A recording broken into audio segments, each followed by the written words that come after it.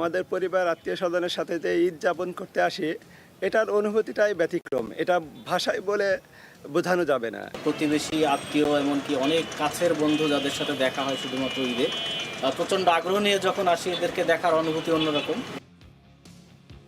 উৎসবের ঈদকাল, ভারী বৃষ্টির পূর্বাভাসের মধ্যেই প্রস্তুত ঈদগাহ। জুম্মাতুল বিদায়, গুনাহ মাফের প্রার্থনা।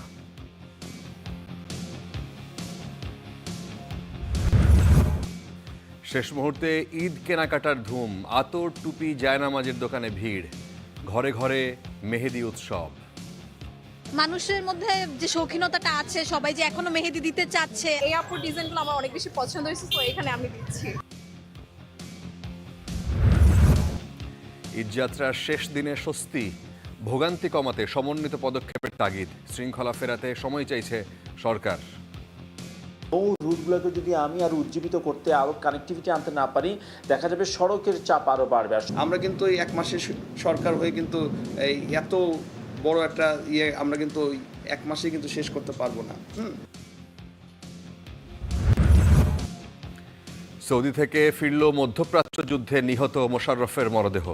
পরিবারকে সহায়তা, দেশে এলেন বাহরাইনে আটকে পড়া 282 জন।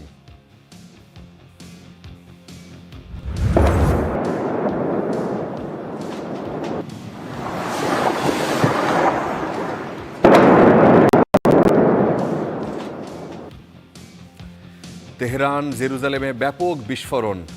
আইআরজিসির মুখপাত্র নিহত। নিজ গ্যাস ক্ষেত্রের বিপুল ক্ষতির পর ইরানের জ্বালানি খাতে হামলা না করার ঘোষণা ইসরায়েলের।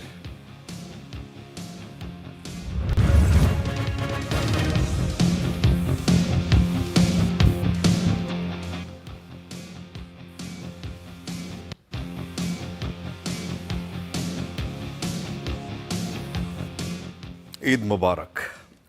আপনারা দেখছেন স্টার নিউজ প্রাইম, সাথে ফারাবি হাফিজ। শিরোনামেই শুনছিলেন